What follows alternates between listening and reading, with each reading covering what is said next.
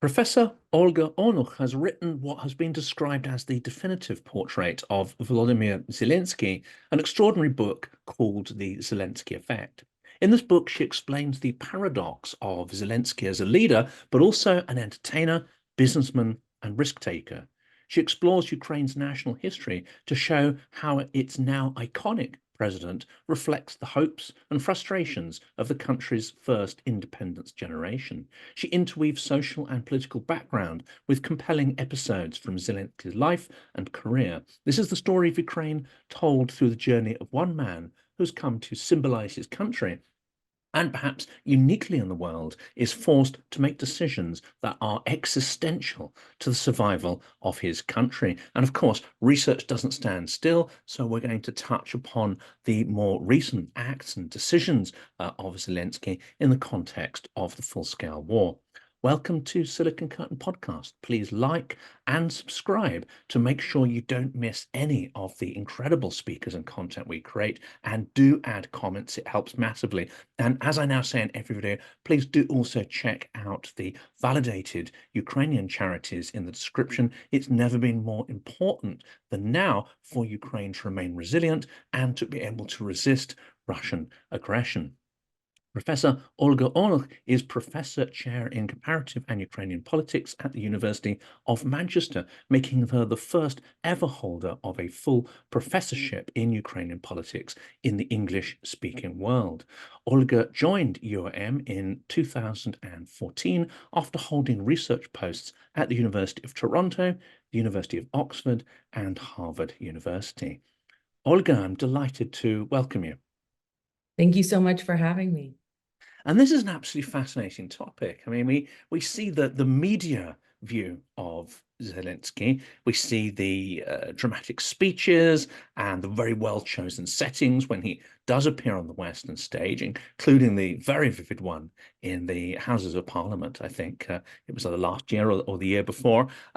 But your book shines a light on some of the deep processes and much more interesting detail about his background and how his impact on Ukraine has been transformational.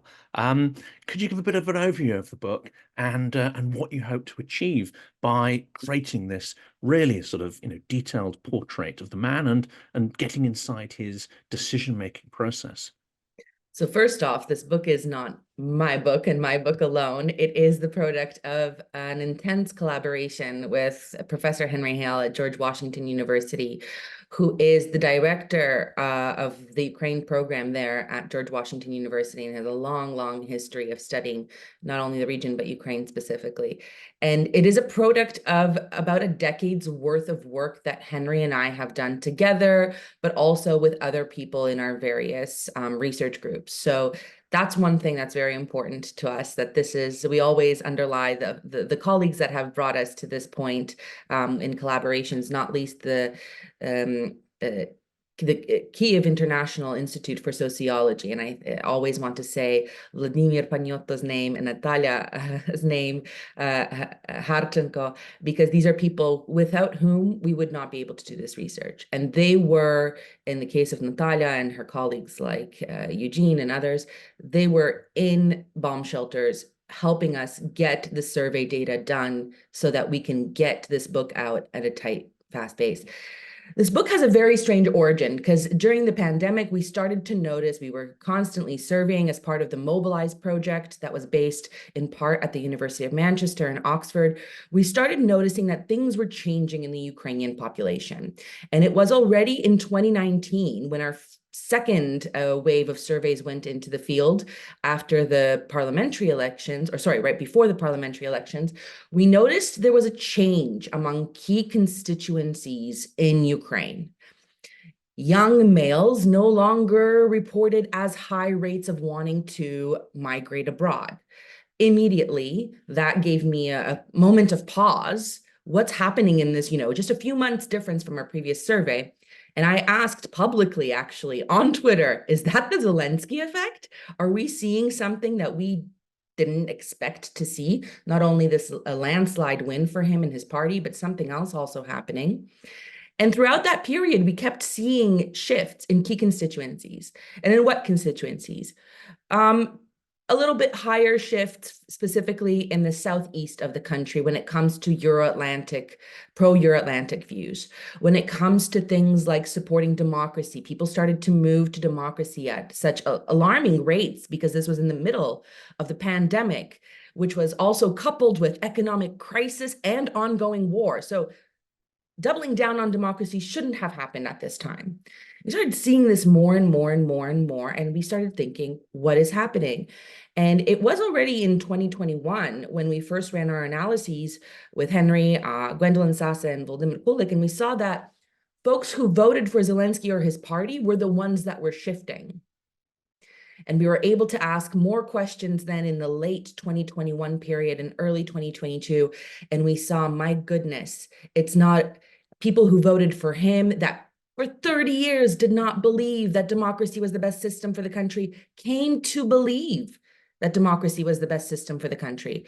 And this was happening on the eve of all-out invasion. This was happening in places like the places he comes from, Kryvyi Rih, in Dnipropetrovsk Oblast, but also in Kherson, in places like Kharkiv, in places like Donetsk and Luhansk Oblast, in the east of the country, in the south of the country. And we had this feeling. So our last survey right before all-out invasion by Russia ended on February 16th in the Mobilize project. And when we saw these massive shifts, especially amongst these former voters of Zelensky's who have changed over the course of those years since he became president, that element of the Zelensky effect became quite clear to us. But then we realized that these are going to be the people that are on the front lines immediately. And my goodness, not only how tragic everything that's going to happen will be, but how wrong Kremlin's calculation about these folks will be. And that just added to the tragedy and the urgency to put out the book, because we didn't think that this was going to be a very different political science book about what happens during a presidency and all these interesting things. But really, it became clear that not only did we need to put this element out, but we needed to explain Zelensky a little bit better. And that's the second side of the Zelensky effect.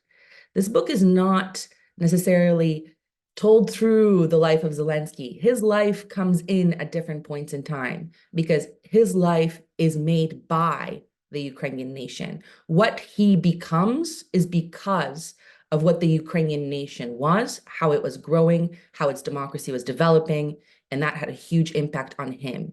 He wouldn't be the president you see today if it wasn't for the history of engagement and democracy in Ukraine. And this is a really interesting process, isn't it? And as somebody who looks at things very much through the data lens, I guess it must be quite difficult to unpick the various strands once they start affecting each other. You have Maidan, which is part of a long series of revolutions, which is almost like a spark of political awareness. But that doesn't necessarily percolate down to everyone all at once. You also have the process of decentralization of power and agency, tackling corruption, and then you have Zelensky. Is it possible to unpick these strands, or once they're in motion, it's difficult to tell how much one is influencing or the other? Well, we do this with a variety of more complicated experimental designs in our surveys, which I don't know if it's a good idea to get into here, but also through a variety of more sophisticated statistical modeling. But in some cases, it isn't possible, right? And so you lean on, once you do a variety of robustness checks, you lean on where you see the data moving towards. And so there's a few things that Henry and I thought were extremely important to highlight. Zelensky is a late riser to the civic nationhoodness that some other folks in Ukraine had. And we stressed that in different places of the book because we wanted people to understand that we don't think that he is the godfather of civic identity and civic duty-boundedness in Ukraine. He is someone that is influenced by historical figures, but he rose a little bit later. He did not participate in 2004 Orange Revolution. And his participation in 2014, 2013 in the Euromaidan, or the Revolution of Dignity, as some people call it, is also murky. We have different evidence of his participation or non-participation, depending on who we spoke to and who we interviewed, or his support of the events. So that was really important to us, to show that who rises to the civic nation, who defends democracy at different points of Ukrainian independence, are different groups of people. And it expands and expands and expands as time goes on. And that is the interesting thing. If you just compare Ukraine to its neighbors, whether it's Belarus or Russia, you don't see this expanding and expanding of ordinary citizens rallying to the state and civic engagement. But no matter how much Ukrainians are repressed by different presidents and by oligarchic patronal networks or whatever it may be, it just seems that they then rebound and get even stronger. So of course, there's that history that when you are in 2019, the people who are Democrats are those who live in Kiev and the west of the country. They are those who strongly identify with the Ukrainian language, for instance. That is true. But those who become, quote unquote, Democrats in the next few years, those who rally to those pro-democratic positions, those are those folks that perhaps even in 2014 during the Euromaidan, or even after the annexation of Crimea and the beginning of war with Russia, didn't quite yet rally to that civic democratic Ukrainian state. And they saw something in Zelensky that was like them, a Russophone from the Southeast that had this murky history of not rallying necessarily as those Westerners or those Kievites or whoever did.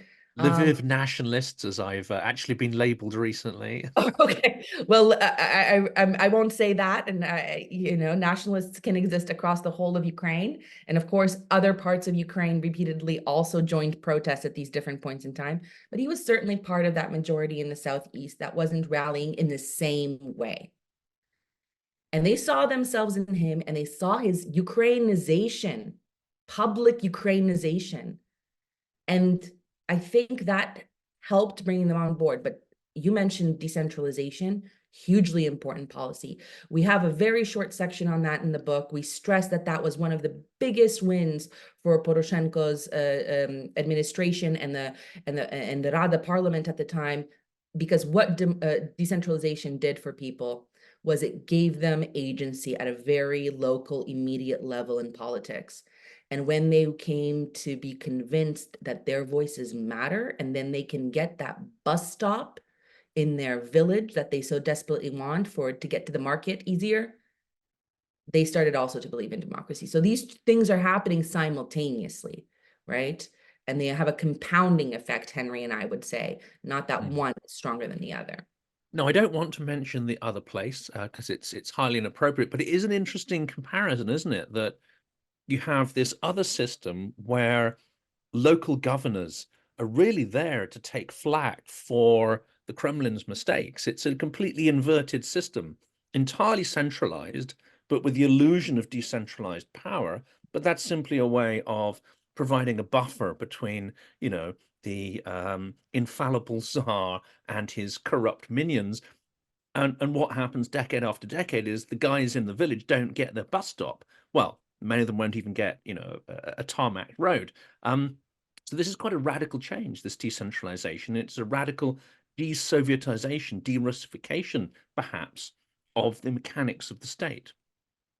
Absolutely. Decentralization, and this is something that we've also, by the way, we focus on in our studies as well. It is something that we'll get to know more and more about as time goes on. As of course, now we have a moment of centralization because it's a necessity of war. But we'll see what changes. So I think there's a few things about decentralization. It was obviously initiated from civil society and activists and NGOs that were pushing politicians. And of course, politicians luckily supported this, I think, luckily for Ukraine, because it changed the way ordinary citizens view the state. And especially in places where they previously were, and this would be more Henry's term, because he's written on clientelism or patronalism, as he writes about, specifically in the Southeast, where the patron would have near total control over regions politically and economically, right? And decentralization also helped shake that a little bit, right? Because people could go to their local meetings and they could elect local leaders, and all of a sudden they broke down those systems of direct control locally as well. And that is, I think, immeasurable at this point in time. The only thing that we don't know, because in the very initial start of the decentralization policies, localities were also able to opt in, as it were, choose into the policy. So when we're looking at this as social scientists, we don't know if localities where citizens were already more active and civically minded that this happened in, or they had leadership of that kind, local leadership. But then later we see the rollout that is national. And of course, that's, I think, you know, luckily, we were in a period of time that Zelensky didn't feel like revanchism was the way to go for policies and wipe out all that was good from the previous president, but rather continue that which Poroshenko started and Zelensky continued. And that has not happened previously in Ukrainian politics. There have been constant going back on things, and things that were good then were taken back again, right? And so luckily, we didn't have that revanchist politics. And that includes also Poroshenko's very important military reforms that he initiated. And thankfully, Zelensky continued and expanded. That continuity is extraordinary. Another aspect, of course, this is a painful one now, isn't it? Because with the full-scale invasion, many people are moving away from using the Russian language in a day-to-day setting and even family settings where they can, even if that was their primary language in Ukrainian secondary. So there's that big change going on. But if we look at the democratic process itself, how crucial is it that Zelensky is himself from a Russian-speaking area, and Russian would have been his primary language, but also Russian propaganda, which tries to depoliticize people, which tries to claim there are no organic processes, that democracy is a fiction, and don't even think of having agency because that's not real. That information in Russian was being pumped into Ukraine. That propaganda was being, percolated down through, especially through people who perhaps were predominantly Russian speakers. So how important is the role of Zelensky, as you described him, one of their own, in countering and pushing back against that weaponized cynicism? So I think in Ukraine, we saw these moments in time where we certainly had leaders from predominantly Russian-speaking parts of the country become president.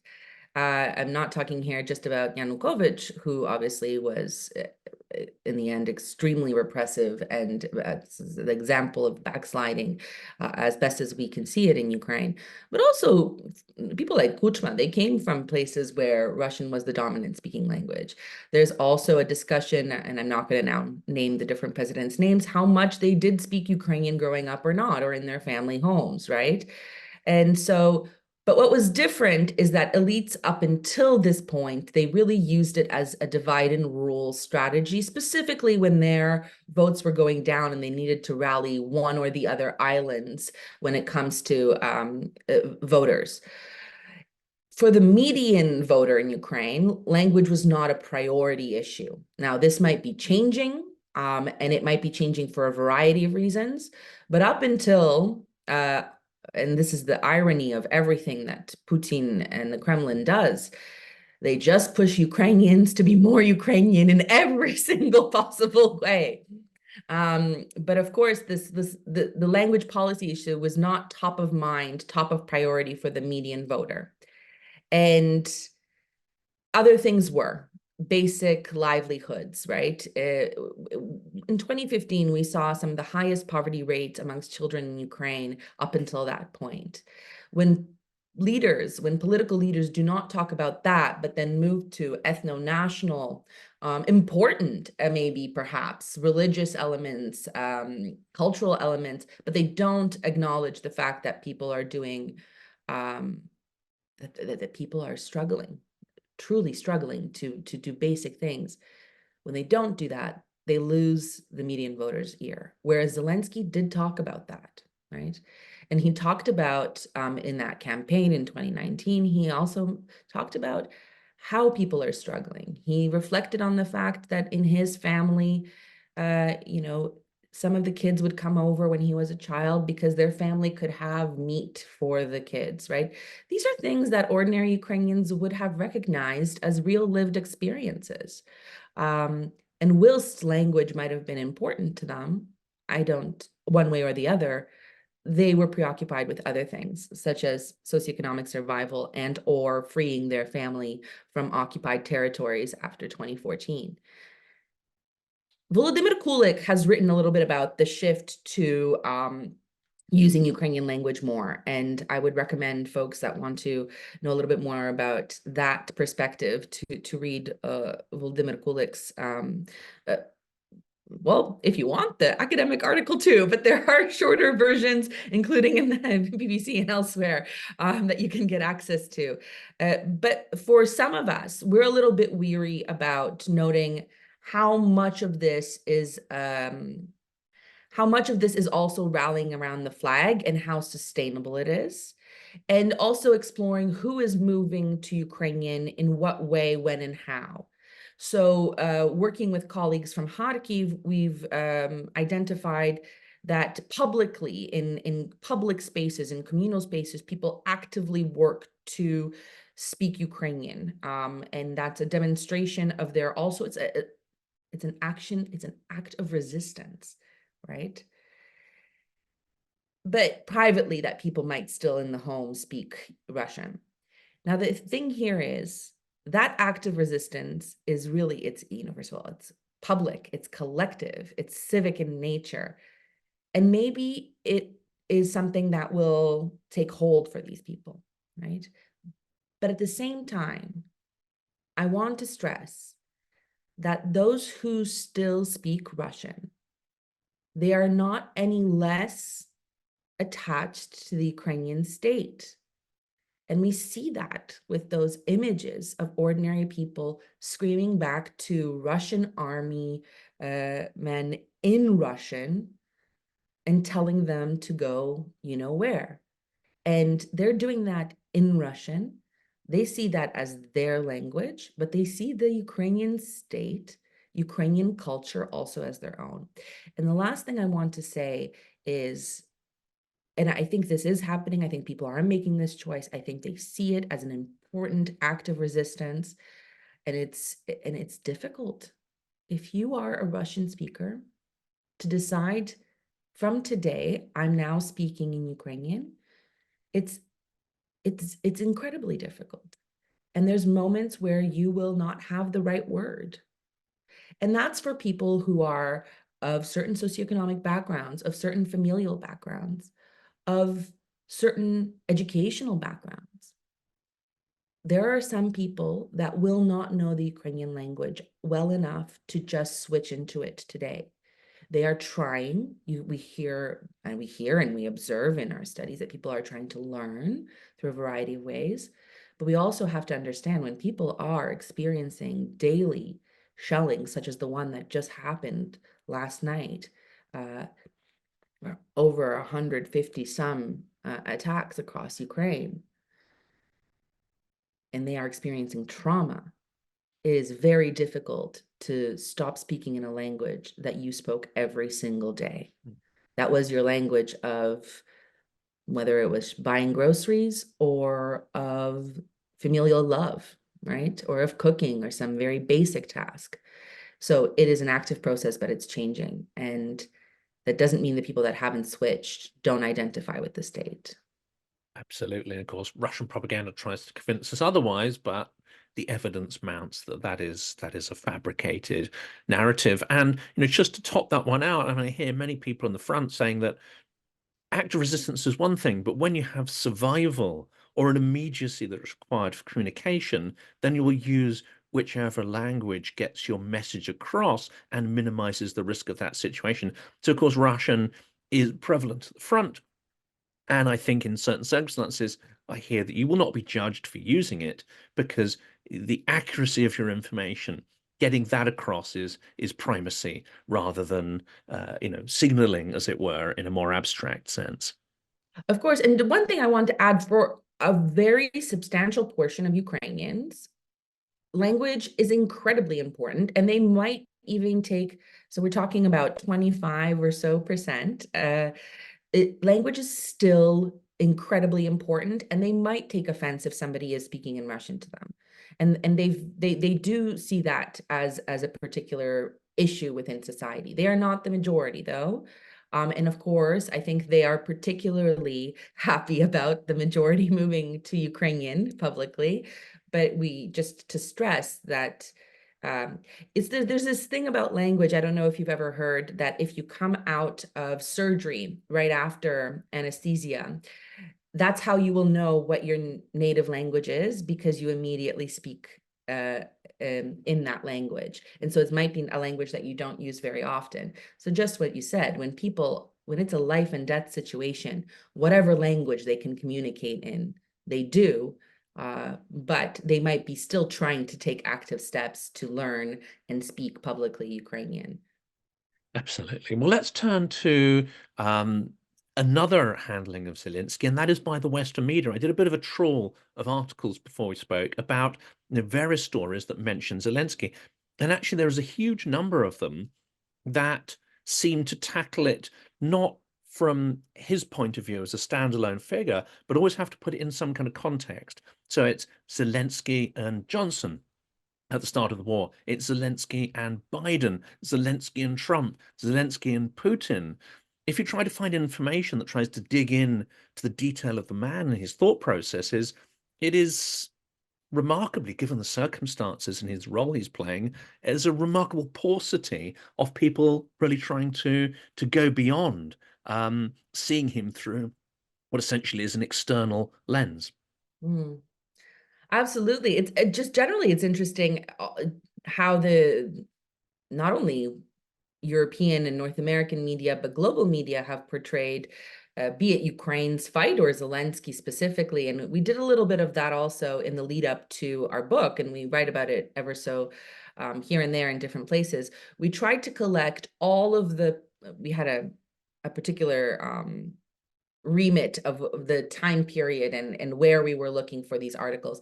We tried to collect as many articles around the time when he first won the presidency, then around the time when we had the shooting down of a Ukrainian plane over Iranian airspace, the time around Trump, and of course, as all-out war began. And there are very particular ways that he was perceived, right? And initially, it was about him being a comedian, an actor, a joke, an unknown. Then it was him and Trump, right? Him through the lens of his interactions with Trump. And there he was clearly, I mean, the photos that were always selected, where he was this weaker party that was so evident. I mean, there's this very famous photo of Zelensky and Trump sitting, and where Zelensky looks very defeated, right? And through the lens of the impeachment scandal that unfolded there in early 2020, when the impeachment was processes were taking place, right? The infamous phone call and the threat that the US will not deliver aid and support. And then we have the same thing during the all-out war. There is this moment, though, that Zelensky captures the global imagination, because they just couldn't possibly, I guess, picture either Boris Johnson or Macron or Biden doing what he did, right? Maybe they would have. We don't know that story. Luckily, we don't have to know that yet. But Although we do see Macron in boxing gloves earlier in the week, which is an interesting positioning of his identity. right. Well, politicians do all sorts of things, but I'm speaking of those, the 24th, the 25th, the 26th, when Zelensky is relentlessly recording on his own phone saying, with his team, I am staying, we are staying, Ukrainians are staying, Ukrainians are fighting. And I think that did capture, and that was not about everyone else. That was about him, but that was about everyone being, oh, it's him, and all Ukrainians are just like him. They are fighting, and wow. And I think that, but now certainly we have constantly the meetings that show that this is, sometimes it's a meeting that's useful for the politician itself, right? Boris Johnson was beloved in Kiev, right? Croissants were made after him and so on, with a particular The street named after him already. I think they've right? already. Yeah, so that could have been for good for his also popularity, but it also gave, I think, Ukrainians assurance that these leaders are standing with them from around the world. So whenever this happens, but also it's not surprising. Citizens in the United Kingdom are interested in their politicians and their politics. So it's not surprising that their own media will then communicate information about Zelensky through the lens of their own politics and their own politicians. But I think more than once, whether it's other Ukrainian politicians or Zelensky himself, have shown that they are able to articulate things in a way that other maybe politicians globally are not quite brave enough to do. And I think those moments when ordinary citizens in Britain, for instance, see that, they are taken aback. And is there a clear difference? And as people, close Ukraine watchers will see, there's a succession of Western politicians, fewer now, but turning up in Kiev. It's very dramatic, provides a little bit of a PR boost. They may or may not bring aid packages with them. Sometimes they are substantial. More often than not, however, they are more symbolic and, dare I say it, cynically speaking, a good excuse to go and do a PR opportunity. It seems to me that Zelensky's appearances in Western capitals are always far more strategic and are aligned with not just keeping Ukraine in the spotlight, but they're very much aligned with strategic need, whether it be military aid, funding, or certain agendas that he wants to push forward. Absolutely. And it has been used at times exceptionally well, and at times it hasn't quite worked, right? And there are different audiences that Zelensky speaks to when he's abroad. We have also seen, of course, there was quite a little bit of a conflict over over Poroshenko leaving Ukraine to do public engagements. We have also seen other former presidents go abroad and do public engagements with students, with others.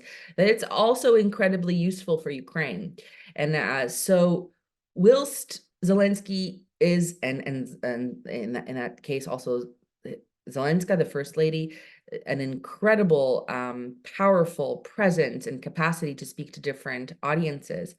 I think it would also be strategically useful to see other politicians be able to be, I guess, used in this way to convey different messages in different contexts. Because Zelensky cannot come to the United Kingdom and tour several universities, but Yushchenko, for instance, can, right? And when he did come to us in Manchester, of course, the Ukrainian students were overwhelmed and enamored and so thrilled, but it was the British students that getting to hear Yushchenko that really connected with them. So I think there's a few more secret weapons in the toolkit, as it were, and that they can be used very well. But yes, strategically selective, sometimes to an end that delivers, sometimes not.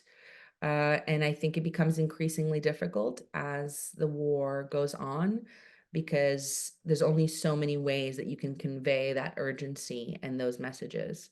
I think what is happening now, specifically with visits to Latin America and other places of what people often refer to as the global South, these are very important communications. And to that end, Dmytro Kuleba is also a great speaker and can convey messages very well.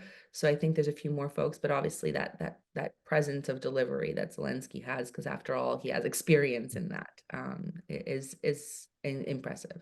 Perhaps only secondary to him is the figure of General Valery Zaluzhnyi, who is not just universally known around the world, but unusually in Ukraine is held in almost universal regard. There's few people that seem to have a bad word to say about him. And after 2 years of war, that is extraordinary. I can't imagine there were many or any British generals that would have had that universal acclaim in the Second World War, despite their post-war reputations. And here we come to quite an interesting one, because, of course, Zaluzhnyi and Zelensky have worked extremely closely together. They may not necessarily have agreed on all strategic choices, including going back to the period in the run-up to full-scale war. We don't need to dig into that detail, but certainly they have strategic differences. But then we have a media circus, and it's a kind of interesting process, because this is very much interpreted and amplified by Russian propaganda and by, I would say, perhaps naive and very clickbaity Western media. They jump on that bandwagon, the so-called Zaluzhnyi Zelensky fallout, etc., etc.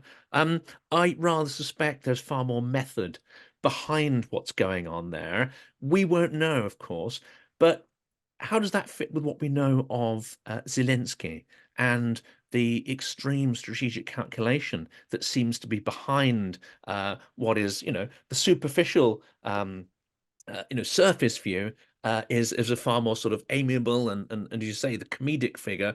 Behind it, there seems to be real strategic purpose. Is it possible that this whole sort of media pantomime is actually something that has a very strong strategic purpose behind it? And of course, now it's transformed into Zaluzhnyi becoming ambassador. Well, let's tackle historic, media thing first, and then we'll examine, this recent surprising but very interesting appointment.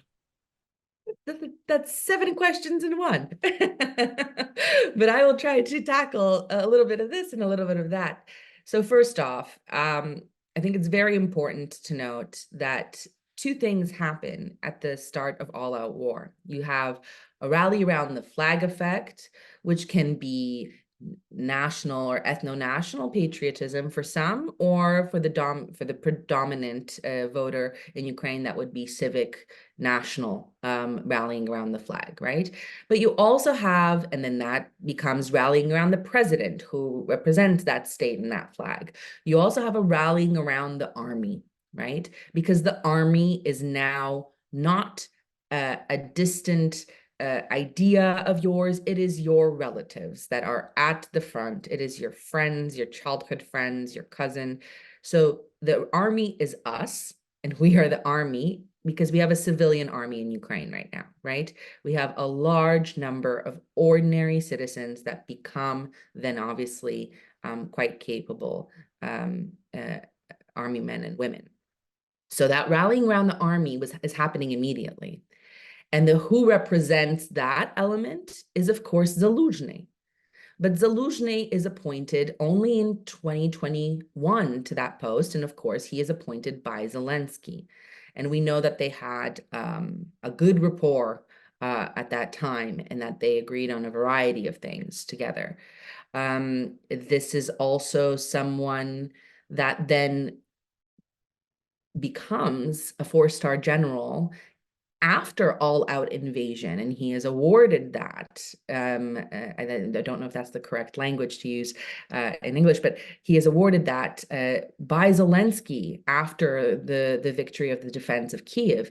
In some ways, he is, and that's perhaps not correct to say, but he is he is the president's general. He is Zelensky's general. He is put into that role by Zelensky.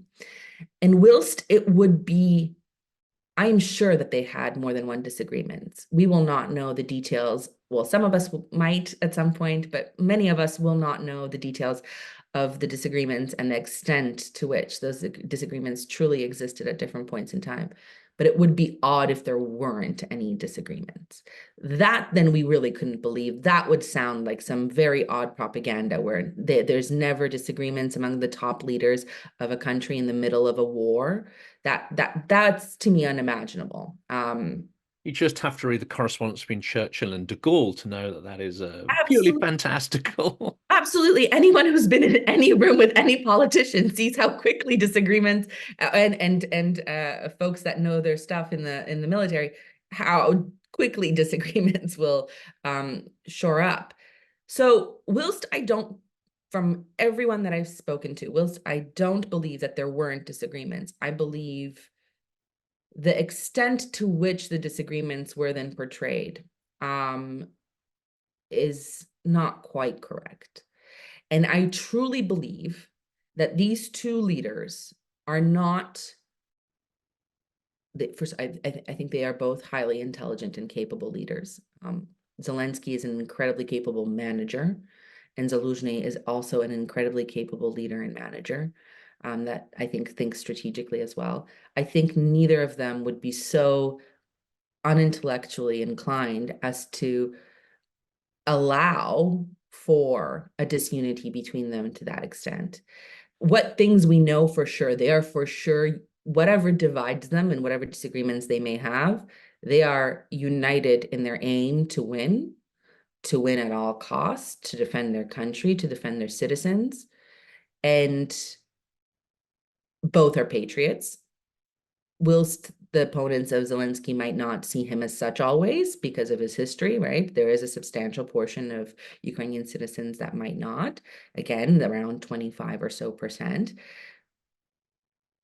But he is a patriot. Zaluzhnyi is obviously a patriot. These are individuals that will know what they have to do and when. And I think I'm thrilled that Zaluzhnyi is coming or is as ambassador to the United Kingdom. I cannot wait for him to speak to our students across the United Kingdom, as ambassadors can do. Talk about somebody that couldn't travel around the world, but now can, at least in the United Kingdom, communicate to different audiences. Wow, my goodness, will that take our students aback when they get to listen to him? And I hope they do. That's my encouragement.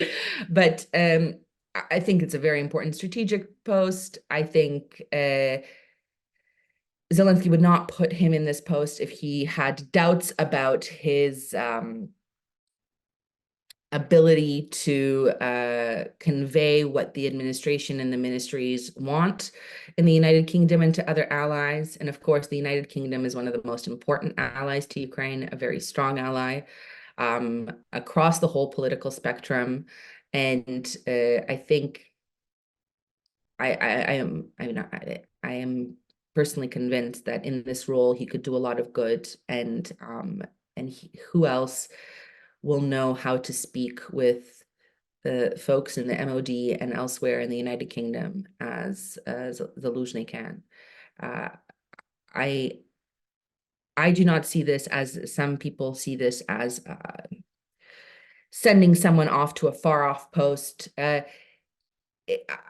You can't have it both ways. The previous ambassador, it was said, was taken, was sent back to Kiev because he showed public disagreement with what the president said.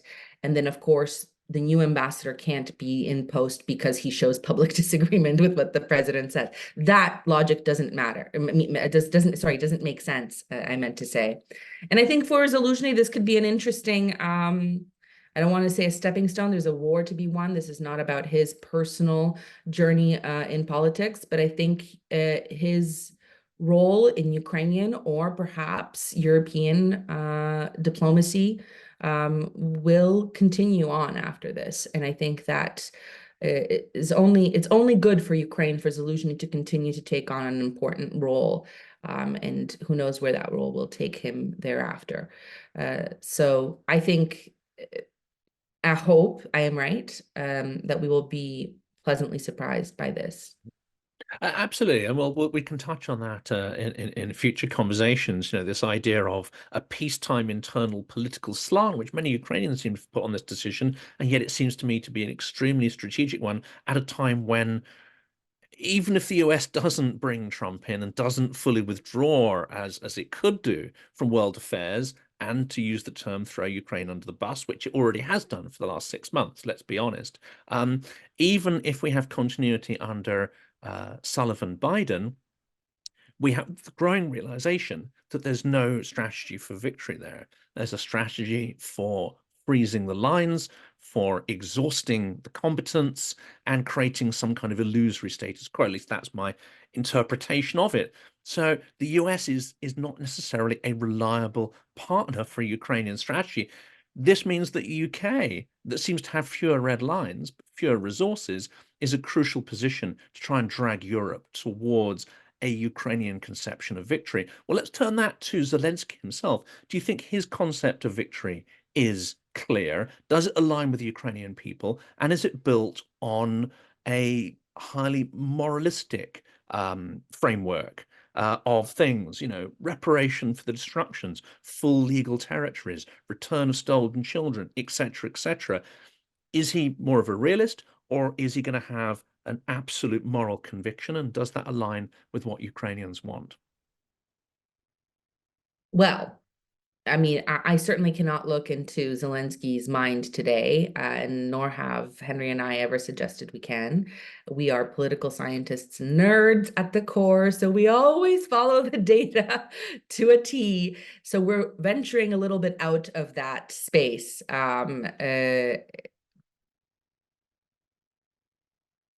To this day, I can tell you, first of all, we continue to survey the Ukrainian population. Two things remain true. There's a lot of rallying around the flag, rallying around Zelensky that continues at a very high rate. And there's one thing that I wanted to just to add about the Zelensky Zaluzhnyi. When you ask people, of course, Zaluzhnyi had a very strong rate of support as well. But when you asked ordinary Ukrainians who would be better at winning the war, they would say Zaluzhnyi. Who would be better at furthering democracy? Who would be better at furthering reconstruction after the war is won? Who would be better at moving us to join the EU? It was Zelensky would win those not competitions, but would come out on top there when we ask folks. There was some divide. Some other folks thought other individuals, but nonetheless, Zelensky came out on top. At the same time, we're still talking about very high rates of the Ukrainian population that are completely not willing to negotiate any territory concession. They are telling us when we ask them about their civilian resistance, we've been asking this since May 2022 regularly, and they continue to engage in very high rates. We still estimate about 80% of the Ukrainian civilian population is engaged in some way in the war effort, or as they deem to be engaged in the war effort. And not only have we started to ask, are you actively continuing this engagement in an ongoing fashion? They report, yes. We have other ways to confirm that data, right? Because rallying around the flag. So we look at donation patterns, and they do continue in the way that our respondents report. But also we ask them, how long are you willing to continue this? Are you willing to continue this also as long as it takes, we ask. And there are obviously a portion of people that say they aren't willing to continue as long as it takes. And there is, though, an overwhelming majority of those who are active, we're talking about 90+%, that are ready, willing, and able to continue as long as it takes. So we have a highly engaged society that is increasingly experiencing extreme trauma, that is also, by the way, ready, willing, and able to protest against its government at higher rates than we've seen before, because they know their role in politics. And I really think that Zelensky also gets that. He's not there because of some God-given right to be president of Ukraine. He's there because of the ordinary citizens that voted him in. And I think folks that are on the ground and that have the chance to communicate with the administration and the president more often, repeatedly have told me that he is a humanist at heart, that he tries to avoid everything on the battlefield, avoid further deaths, avoid further escalation, avoid further civilian or military deaths, and any strategy that can happen. But he understands that the majority of the country is not willing to negotiate territory. And I think although politicians would, I think all politicians understand that different conversations are being had at the highest levels about different pathways to peace, as it were. I think Zelensky understands very well that a negotiated pathway to peace, where you give up large parts of Ukrainian territory, is not so much that he won't survive that will not bring any sustainable peace, that Ukrainians will continue to fight, that war will only be messier, harder to control, and more complex for all of Ukraine's allies and neighbors. And that is not a war that ends anytime soon either. What I find extremely shocking is folks living outside of Ukraine that are suggesting, wave the white flag because it is a pathway to peace, negotiating away territories that are occupied where war crimes and atrocities are happening every single day. That these people earnestly believe this is an end to this war. What they do not understand, and what we wanted to stress in our book, but in so much of our research, is that we didn't make this up. It's been there for decades in the data. Ukrainians have this fighting spirit. And what you will only have is you will have then partisan warfare in the aftermath of any such negotiated exit. And I think Zelensky understands that fiercely, because whatever is inside him that made him stay, not leave on the secure flight out, is the same thing that was in that gentleman on the border with Russia as the tanks were coming through, that was yelling at the soldiers in Russian, "Go home." It is the same thing about the woman who threw things at a drone out of her window. It is the same thing as people in occupied territories that are part of the Yellow Ribbon movement, that are showing their resistance in small ways every day. He understands that element. And I think for that reason, he will not allow a negotiation that the majority of Ukrainians do not agree with.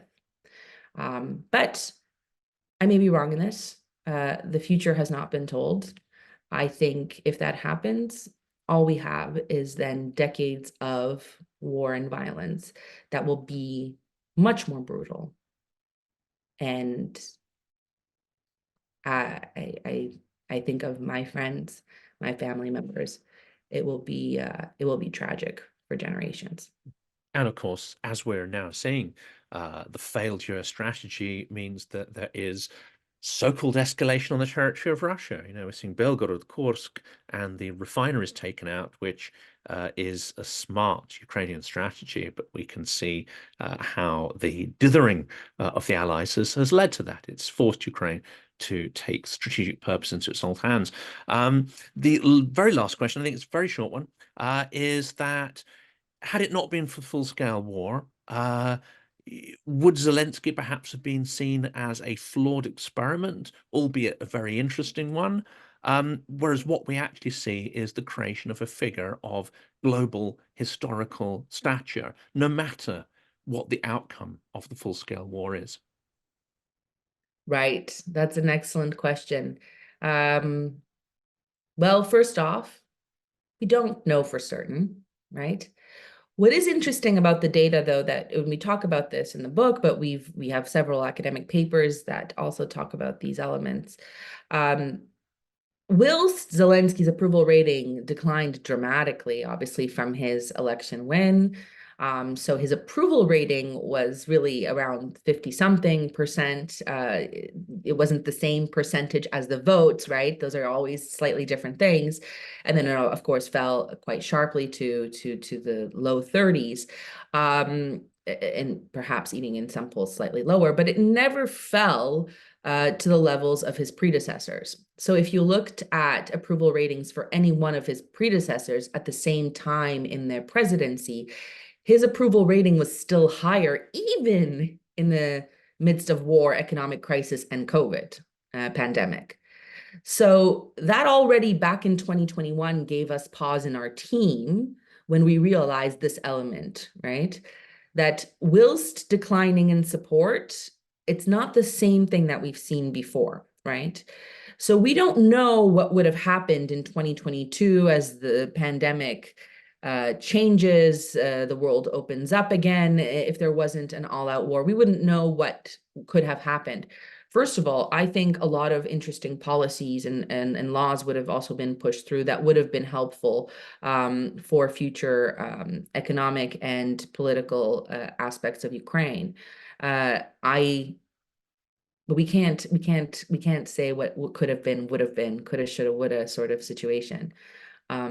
Certainly, we had obviously horrific situation, but one which allowed him to rise to the occasion. I wonder, is it the way that only he could?